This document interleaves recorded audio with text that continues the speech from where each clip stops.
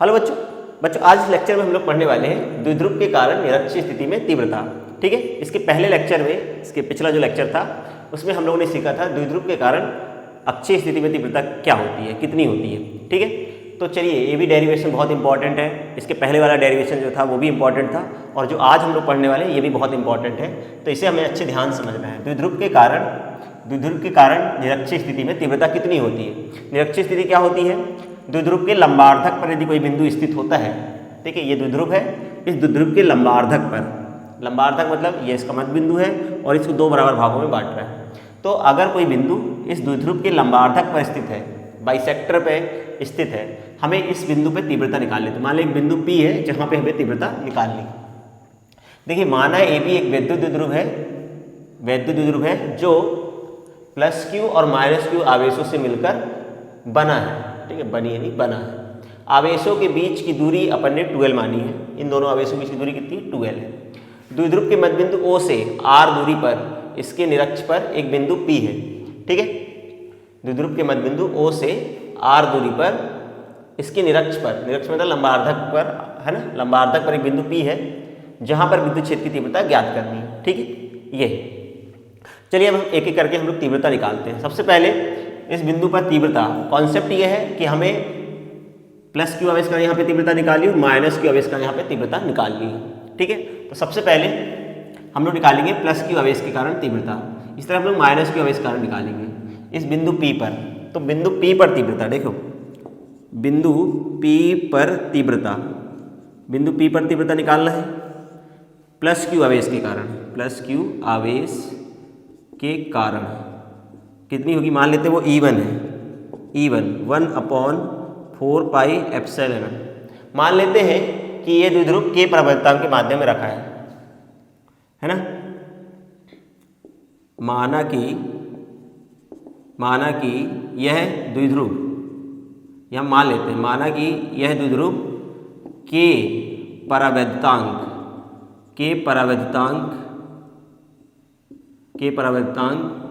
के माध्यम में रखा है, ये मान लेते हैं। ठीक है, ये जो द्विध्रुव है के परावर्तकांक के माध्यम में रखा है।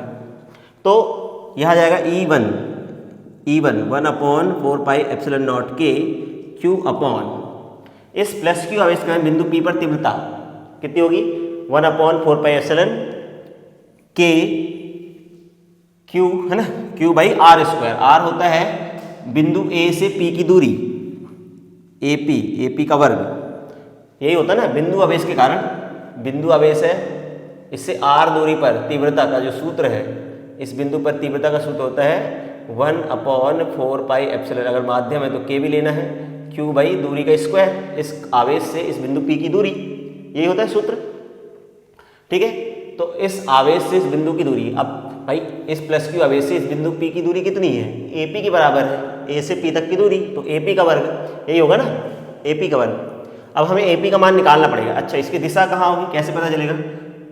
हमें पता है विद्युत क्षेत्र की तीव्रता धनात्मक आवेश से दूर होती है। अगर हम यहाँ पे एक परीक्षण आवेश रखेंगे Q0, अगर हम Q0 रखेंगे तो उस पर इस आवेश के कारण क्या लगेगा? प्रतिकर्षण बल लगेगा। यहाँ पर परीक्षण आवेश रखेंगे Q0, परीक्षण आवेश पे लगने वाले बल की दिशा ही तो विद्युत क्षेत्र की तीव्रता की दिशा होती है। इस +Q आवेश का यहाँ पे तीव्रता कहाँ होगी? ये इधर होगी, E1, यही होगी, क्योंकि ये वाला आवेश इस वाले आवेश को प्रतिकर्षित करेगा। तो E1 की जो दिशा है ये कहाँ से कहाँ है? AP के अनुदिश है, यही है, AP के अनुदिश, यही होगी। ठीक है, अच्छा अब हम लोग, क्योंकि ये मध्य बिंदु है O, ये दूरी 2L है, तो ये इसका आधा हो जाएगा LL, और ये दूरी R है। तो हम लोग इस त्रिभुज में, है त्रिभुज, कौन से त्रिभुज? त्रिभुज AOP में, या PO, है ना, POA में लिख सकते हैं, में हम लोग ये पाइथागोरस प्रमेय लगा सकते हैं। ये लंब हो गया, ये आधार हो गया, तो कर्ण निकालना है। जो होगा AP का वर्ग जो होगा A से P तक की दूरी, AP का वर्ग होगा लंब का वर्ग धन आधार का वर्ग, OP का वर्ग प्लस OA का वर्ग। OP कितना है? R², OA कितना है? L का वर्ग। तो AP का वर्ग आ गया, AP का वर्ग, तो हमें AP का वर्ग मिल गया। हम AP का वर्ग यहाँ रख देंगे। अभी हम लोग AP की वैल्यू भी निकाल लेते हैं, आगे काम आएगी। तो AP का जो मान है वो आएगा √2 आर स्क्वायर एल स्क्वायर। मैं इधर लिख देता हूँ, अंडर इस डायग्राम में भी लिख देते अपन आर स्क्वायर एल स्क्वायर, ठीक है। लेकिन हम लोग क्या करेंगे, डायरेक्ट यहाँ पे AP का वर्ग का मान रख देते हैं यहाँ पर, ठीक है। तो क्या मिलेगा, तो E1 जो मिलेगा हमको, E1 मिलेगा 1/4 पाई एप्सिलॉन नॉट के, 1/4 पाई एप्सिलॉन नॉट के क्यू अपॉन AP का वर्ग, AP का वर्ग हम डायरेक्ट लिख देते हैं आर स्क्वायर एल स्क्वायर। ये हो गया, ये समीकरण 1 हो गया, ठीक है। ये समीकरण 1 हो गया। इसी तरह हम लोग निकालेंगे माइनस क्यू आवेश के कारण तीव्रता, माइनस क्यू आवेश के कारण, माइनस क्यू आवेश के कारण तीव्रता, माइनस क्यू आवेश के कारण तीव्रता कितनी होगी इस बिंदु P पर। ये माइनस क्यू आवेश है तो क्या करेगा, अगर हम ये परीक्षण आवेश है तो इसे आकर्षित करेगा, इन दोनों के बीच में आकर्षण बल लगेगा। मान लेते हैं ये जो तीव्रता है वो E2 है। प्लस क्यू आवेश के कारण तीव्रता दूर होती है और माइनस क्यू आवेश से ऋणावेश की ओर होती है, क्योंकि यहाँ अगर हम यहाँ परीक्षण आवेश रखेंगे तो इसको आकर्षित करेगा, आकर्षण बल लगेगा, इसलिए इसकी दिशा जो E2 होगी वो इधर होगी, ठीक है। E2 की दिशा जो होगी वो P से B की तरफ होगी, PB के अनुदिश होगी। तो हम इसे लिखेंगे E2 हो जाएगा 1/4 पाई एप्सिलॉन नॉट के क्यू बाई PB का स्क्वायर, और इसकी दिशा होगी PB के अनुदिश, मतलब P से B की तरफ, यही है ना, P से B की तरफ। और PB की वैल्यू कितनी है, जितनी PB की वैल्यू है उतनी, मतलब जितनी AP की वैल्यू है उतनी PB। डायग्राम के हिसाब से अगर हम देखें तो जो AP है, चूँकि AP जो है वो BP के बराबर है, AP किसके बराबर है, BP के बराबर है। तो हम लोग यहाँ पे डायरेक्ट लिख सकते हैं, क्योंकि हमने AP की वैल्यू निकाल ली है, AP की वैल्यू ये है या AP का वर्ग इतना है तो BP का वर्ग भी इतना ही होगा। डायग्राम से दोनों जो है वो बराबर है कि नहीं, आर स्क्वायर एल स्क्वायर, यही है आर स्क्वायर एल स्क्वायर। ये बात समझ में आ रही है, क्योंकि AP किसके बराबर है, AP जो है वो BP के बराबर है या BP AP के बराबर है, एक ही बात है। डायग्राम में उनको सममितता है, एक जैसा डायग्राम है, जितना AP की वैल्यू होगी उतना BP की वैल्यू होगी। तो ये लिख दिया हमने, ये बात समझ में आ रही है। समीकरण 2 हो गया, ये समीकरण 1 था, हमारे पास समीकरण 1 और 2 आ गए। अब आगे चलते हैं, ठीक है। अब देखिए करना क्या है, अब हमें पता है कि E1 और E2 वैल्यू में तो दोनों बराबर हैं, लेकिन ये कुछ दिशा है इनके बीच में या इनके बीच में कोई कोण है, तो इनके लोग घटक करना पड़ेगा। ना तो ये तो x अक्ष के अनुदिश है, ना तो y अक्ष के अनुदिश है, तो हमें इसके 2 घटक करने पड़ेंगे। अगर ये थीटा है, ये थीटा है, अगर ये थीटा है, ठीक है, और ये समांतर रेखा है, ये वाली, ये समांतर रेखा है, अगर ये थीटा है तो ये कोण भी थीटा होगा, ठीक है। और अगर ये थीटा है और ये दोनों समांतर है, ये थीटा है और ये वाली लाइन और ये वाली लाइन समांतर है, ये वाली लाइन, ठीक है। हम लोग यहाँ पे अक्ष मान रहे हैं, ठीक है। ये यहाँ पे हमने मूल बिंदु मान लिया है, x अक्ष y अक्ष मान लेते हैं, ठीक है। तो ये जो x अक्ष है, x अक्ष और ये वाली जो लाइन है वो क्या है, समांतर है एक दूसरे के। तो अगर ये समांतर है तो ये दोनों कोण बराबर होंगे, ये हो एकांतर कोण, और ये कोण भी बराबर होंगे, ये होंगे संगत कोण, ये थीटा होगा, ठीक है। सममितता है, एक जैसा डायग्राम है, जैसे त्रिभुज यहाँ पे है वैसे त्रिभुज इधर पर भी है, इसलिए ये थीटा है तो ये भी थीटा होगा। ये बात समझ में आ रही। और ये कोण बराबर होंगे, एकांतर कोण, ये कोण और ये कोण बराबर होंगे, क्योंकि संगत कोण है। समांतर रेखा है, ये समांतर रेखा है और ये तिर्यक रेखा है, इसलिए संगत कोण बराबर होंगे। अब हम इनके घटक करेंगे, तो ठीक है। E1 के 2 घटक होंगे, E1 के 2 घटक होंगे, E1 cos थीटा, और एक घटक इधर पे होगा E1 sin थीटा, ये 2 घटक हो गए, ठीक है। ज़्यादा ऊपर नहीं करते, शायद नहीं दिख रहा होगा डायग्राम में। तो इसमें 2 घटक हैं इसके, E1 sin थीटा, ठीक है, E1 cos थीटा। इसी तरह E2 के 2 घटक होंगे, ठीक है। E2 के 2 घटक होंगे, E2 के 2 घटक, एक घटक इधर आएगा E2 cos थीटा और एक घटक नीचे की तरफ आएगा E2 sin थीटा, ठीक है। E2 sin theta, E1 sin theta, यहाँ पे E2 sin थीटा। अब देखिए हमारे पास जो समीकरण 1 और 2 है, ठीक है। समीकरण 1 और 2 से हमें दिख रहा है कि E1 E2 बराबर है ना, है कि नहीं। तो समीकरण 1 2 से समीकरण 1 तथा 2 से E1 और E2 बराबर है, परिमाण में बराबर है, सही है। E1 E2 परिमाण में बराबर है, E1 और E2 का जो मान है वो परिमाण में बराबर है, ठीक है। इसलिए चलिए ये तो हमारे पास आ गया समीकरण 3 कि E1 और E2 बराबर है। अब E1 E2 को घटकों में विभाजित किया हमने, E1 को लंबवत घटकों में विभाजित करने पर, लंबवत घटकों में वियोजित करने पर, तो E1 का क्षैतिज घटक, क्षैतिज घटक क्या है इसका, क्षैतिज घटक, क्षैतिज घटक है E1 cos थीटा। ऊर्ध्वाधर घटक क्या है, ऊर्ध्वाधर घटक जो है, ऊर्ध्वाधर घटक E2 sin थीटा, यही है, सही। इसी तरह E2 के इसी प्रकार E2 के घटक करने पर, E2 के घटक करेंगे तो क्या आएगा, क्षैतिज घटक क्या आएगा, क्षैतिज घटक आएगा E2 cos थीटा। ऊर्ध्वाधर घटक आएगा E2 sin थीटा। ये आगे घटक है क्षैतिज और ऊर्ध्वाधर घटक। और ये देखिए चूंकि E1 E2 बराबर है, अगर E1 E2 बराबर है तो E1 sin थीटा और E2 sin थीटा भी बराबर होंगे। ये दोनों बराबर है लेकिन इनकी दिशा क्या है, विपरीत है। E1 E2 परिमाण में बराबर है लेकिन दिशा में विपरीत है। E1 sin थीटा और E2 sin थीटा परिमाण में बराबर लेकिन दिशा में क्या है, विपरीत है, ठीक है। देखिए चूंकि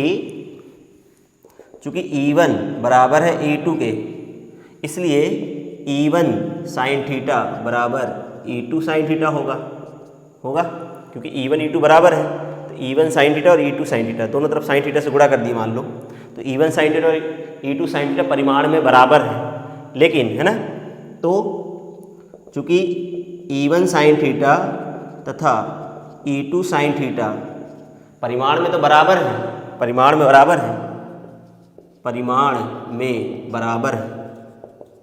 बराबर तथा दिशा में क्या है, दिशा में विपरीत हैं, इसलिए विपरीत हैं, इसलिए इनका परिणामी शून्य होगा, इसलिए इनका कोई परिणामी नहीं होगा, इनका परिणामी, इसलिए इनका परिणामी शून्य होगा, परिणामी जो है वो शून्य होगा, कैंसिल आउट हो जाएंगे ऐसे लिख, या ये एक दूसरे को निरस्त कर देंगे, इनका परिणामी शून्य होगा, इन दोनों का परिणामी शून्य, कैंसिल हो गया। इसी तरह E1 cos थीटा, इसी प्रकार E1 cos थीटा, देखिए E1 cos थीटा तथा E2 cos थीटा तो बराबर है, परिमाण में बराबर है लेकिन एक ही दिशा में है। E1 cos थीटा और E2 cos थीटा एक ही दिशा में है, परिमाण में बराबर तथा एक ही दिशा में है, एक ही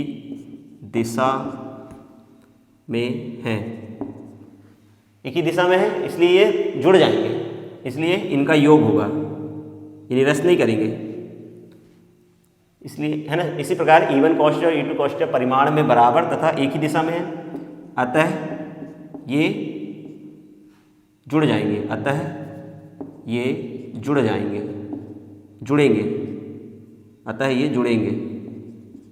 जुड़ेंगे, ठीक है, जुड़ जाएंगे। इसलिए बिंदु P पर तीव्रता जो होगी, बिंदु P पर जो तीव्रता होगी तो वो हो जाएगी, E जो होगी वो हो जाएगा E1 cos theta plus E2 cos theta, ये दोनों जुड़ जाएंगे। और E1 E2 बराबर है, हमें पता है E1 E2 क्या है, बराबर है, E1 बराबर है किसके, E2 के, इसलिए इन दोनों को जोड़ देना है।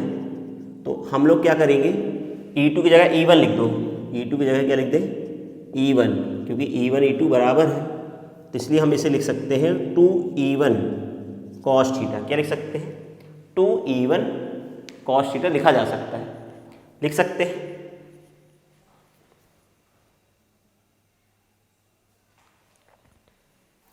ठीक है। तो E को हम लिख सकते हैं 2E1 cos थीटा, क्योंकि E1 E2 बराबर है तो हम E2 की जगह पे E1 लिख सकते हैं। तो मैंने E1 cos theta plus E1 cos 2E1 cos theta हो गया। ठीक है, अब हम लोग क्या करेंगे, इधर पे E1 और cos थीटा का मान रखेंगे।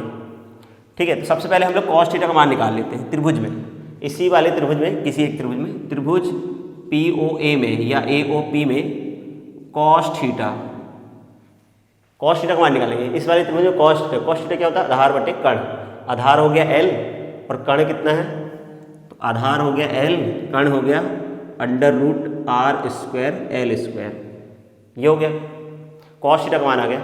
अब हम लोग क्या करेंगे, इस समीकरण 4 में, ये समीकरण 4 है मान लो, समीकरण 4 में हम लोग E1 या E2 किसी का मान रख दो, क्योंकि E1 E2 बराबर और cos थीटा का मान रखेंगे। तो समीकरण 4 में रखकर E1 E2 का मान और सॉल्व करना है। ठीक है, तो समीकरण 4 में रखेंगे हम लोग, तो समीकरण 4 में और इसको रखना है और सॉल्व करना है। समीकरण 4 में E1 तथा cos थीटा के मान रखने पर, भरने पर, रखने पर एक ही बात है, प्रतिस्थापित करने पर, तो E जो आएगा 1/4πε0 K Q/r²L², ये वैल्यू होगी किसकी, E1 की, इंटू cos थीटा का मान रखना, cos थीटा का मान है L/√r²L²। अब इसको सॉल्व करना है हमें। 1/4πε0 K 2QL क्या है, 2QL r²L²। इसको हम लोग रूट को क्या लिख सकते हैं, रूट को हम लोग पावर 1/2 लिखा जा सकता है, लिखते हैं। रूट मतलब होता है पावर 1/2। इसकी पावर कितनी है, 1 है। ये हो गया 2 × 1 2 × Q 2Q और इंटू L 2QL, ये मतलब तीनों चारों का मल्टीप्लाई कर दे 2QL। यहाँ पावर 1 है, यहाँ पावर 1/2 है, तो जो E आएगा वो आएगा 1/4πε0 K 2QL, और ये हो जाएगी पावर 1 और 1/2 तो ऐड हो जाएगा, पावर हो जाएगी 3/2। कितनी हो जाएगी पावर, 3/2। 1 और 1/2 को जोड़ेंगे तो पावर हो जाएगी 3/2, होती नहीं, 1 और 1/2 को जोड़ेंगे तो एलसीएम लेना पड़ेगा, तो 3/2 आएगा, इन दोनों का एलसीएम 3/2। और 2QL क्या होता है, हम लोग पढ़ चुके हैं, 2QL होता है द्विध्रुव आघूर्ण। इस द्विध्रुव का द्विध्रुव आघूर्ण E बराबर 1/4πε0 K, P लिख सकते हैं इसे, r²L² की पावर 3/2 न्यूटन पर कूलाम। ये सूत्र है, द्विध्रुव के कारण निरक्षीय स्थिति में तीव्रता का सूत्र है, बहुत ही इंपॉर्टेंट सूत्र है, इसे याद रखें। मतलब डेरिवेशन तो हमें सीखना ही है। ठीक है, अब हम लोग क्या करेंगे, ये तीव्रता आ गई ना। अब यदि द्विध्रुव का आकार बहुत छोटा है, यदि द्विध्रुव बहुत छोटा है तो क्या करेंगे, यदि द्विध्रुव बहुत छोटा है, द्विध्रुव का आकार बहुत छोटा है, तो जो L होता है, L is very very less than R होगा।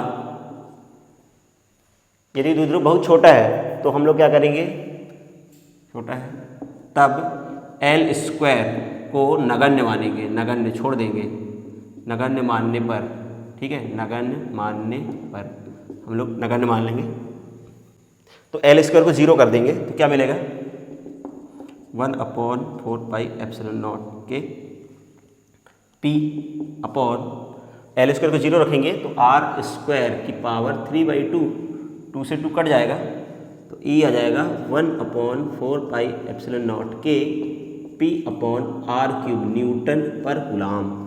ठीक है, ये फार्मूला तभी लगता है जब द्विध्रुव का आकार बहुत छोटा हो, है ना, ये तभी लगता है द्विध्रुव का आकार जब बहुत छोटा हो, तभी लगेगा। ये 5वां और ये 6वां, ठीक है। लेकिन पेपर में अगर आता है, एग्जाम में आता है तो हमें पूरा कर देना है, यहाँ तक कर देना है।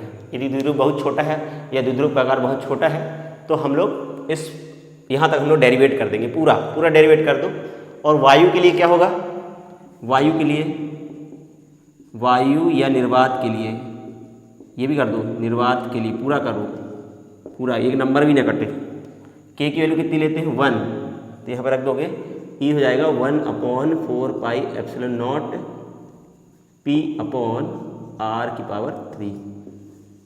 ठीक है, ये आ गया, ये पूरा सूत्र व्युत्पन्न हो गया, न्यूटन प्रति कूलाम, न्यूटन पर कूलाम। ये बहुत ही इंपॉर्टेंट डेरिवेशन है। इस जो हम लोगों ने पिछली क्लास में किया था निरक्षीय अक्षीय स्थिति में तीव्रता, अक्षीय स्थिति में क्या होता है, सिर्फ यहाँ पे 2 आता है, 2 आता है। इसका मतलब अक्षीय स्थिति में जो तीव्रता होती है वो निरक्षीय स्थिति की दुगनी होती है। ठीक है, अब इसे नोट कर लीजिए, मैं समझा देता हूँ एक बार और। फिर ये समझ में आया कि नहीं आया? आई होप आ रहा होगा समझ में। तो हमने जो अक्षीय स्थिति में देखा था, है ना, ये हमसे स्टेटमेंट ही पूछ लेता है। ठीक है, अक्षीय स्थिति में जो तीव्रता होती है, अक्षीय स्थिति में जो तीव्रता थी, हम लोग ने जो सूत्र किया था यहाँ पे 2 आया था, 2 मतलब अक्षीय स्थिति में जो तीव्रता होती है, अक्षीय स्थिति में ई द्विध्रुव के कारण, अक्षीय स्थिति में ई अक्षीय जो होता है वो था हमारे पास 1/4 पाई एप्सिलॉन नॉट के 2p/r³ था। और निरक्षीय स्थिति में आज हमने निकाला निरक्षीय स्थिति में, निरक्षीय स्थिति में 1/4 पाई एप्सिलॉन नॉट p/r³ आ रहा, न्यूटन पर कूलाम। के लिखना है तो के लिख दो। तो देखिए क्या आ रहा है संबंध, इसका मतलब जो तीव्रता होती है ना, तीव्रता जो होती है कौन से में, अक्षीय स्थिति में जो तीव्रता होती है, ई अक्षीय जो है, ई अक्षीय जो है वो दुगना है किसका, ई निरक्षीय का, है ना। अपन भाषा में भी क्वेश्चन आ सकता है कि अक्षीय स्थिति में जो तीव्रता होती है वो निरक्षीय स्थिति की दुगना होती है, ऐसा कह सकते हैं। अक्षीय स्थिति में जो तीव्रता होती है निरक्षीय स्थिति की दुगना होती है, कि यहाँ पे 2 आ रहा है ना। या हम बोल सकते हैं निरक्षीय स्थिति में जो तीव्रता होती है, निरक्षीय स्थिति में जो तीव्रता होती है वो अक्षीय स्थिति की आधी होती है। अगर अक्षीय स्थिति में तीव्रता 10 न्यूटन है तो निरक्षीय स्थिति में 5 न्यूटन होगी। बात समझ में आ रही? ऑब्जेक्टिव क्वेश्चन हो जाता है। तो ऐसे हमसे क्वेश्चन पूछ सकता है। तो हमें अक्षीय स्थिति में तीव्रता निरक्षीय स्थिति की दुगनी होती है, निरक्षीय स्थिति की दुगनी होती है, दोगुनी होती है। ये हमें याद रखना है। अक्षीय स्थिति में तीव्रता निरक्षीय स्थिति की दुगनी होती है, 2 गुनी होती है। या निरक्षीय स्थिति में तीव्रता अक्षीय स्थिति की आधी होती है। और अक्षीय निरक्षीय स्थिति में तीव्रता अक्षीय या निरक्षीय स्थिति में तीव्रता जो होती है वो दूरी के घन के व्युत्क्रमानुपाती होते हैं, दूरी के घन के व्युत्क्रमानुपाती होती है। इसका मतलब जो ई होता है, ई व्युत्क्रमानुपाती होती है r³ के। ये भी हमें याद रखना है। ई होता है r³ के व्युत्क्रमानुपाती, है ना। सूत्र में देख लो, यहाँ पे नीचे r³ आ रहा है। ऐसे अक्षीय निरक्षीय दोनों में r³ आता है। और जबकि बिंदु आवेश के कारण जो तीव्रता होती है दूरी के वर्ग के व्युत्क्रमानुपाती है, बिंदु आवेश के कारण, है ना। बिंदु आवेश के कारण तीव्रता दूरी के वर्ग के व्युत्क्रमानुपाती होती है। सिर्फ यहाँ पे r² आता है बिंदु आवेश के कारण, वो भी इंपॉर्टेंट है। बिंदु आवेश के कारण जो तीव्रता होती है दूरी के वर्ग के व्युत्क्रमानुपाती, क्योंकि फार्मूला तो 1/4 Q/r² होता है। ये ध्यान रखना है। ये बात समझ में आ रही है? द्विध्रुव अगर वर्ड लिखा है, द्विध्रुव अक्षीय निरक्षीय स्थिति अगर वर्ड यूज हो रहा है तो दूरी के घन के व्युत्क्रमानुपाती होती है। और बिंदु आवेश के कारण किसी बिंदु पर तीव्रता दूरी के वर्ग के व्युत्क्रमानुपाती होती है। ठीक है, तो ये इंपॉर्टेंट डेरिवेशन है, आप इसे सीख लीजिए। आप एक बार देख कर लिखिए और एक बार बिना देखे इसको समझ के एक बार और बिना देखे लिखने का प्रयास करो। और जितना प्रैक्टिस हो सके उतना करें। दोनों डेरिवेशन बहुत ही इंपॉर्टेंट एग्जाम के लिए, अक्षीय वाला भी और निरक्षीय स्थिति वाला भी। ठीक है, तो आई होप आपको समझ में आया हो। आप अच्छे से वीडियो को 1 बार 2 बार देखकर पूरा समझ लीजिए और उसको एक बार बिना देखे लिखने का प्रयास करिए, ताकि ये आपको याद हो जाए डेरिवेशन। ठीक है, मिलते हैं अगली वीडियो पे, तब तक के लिए गुड बाय।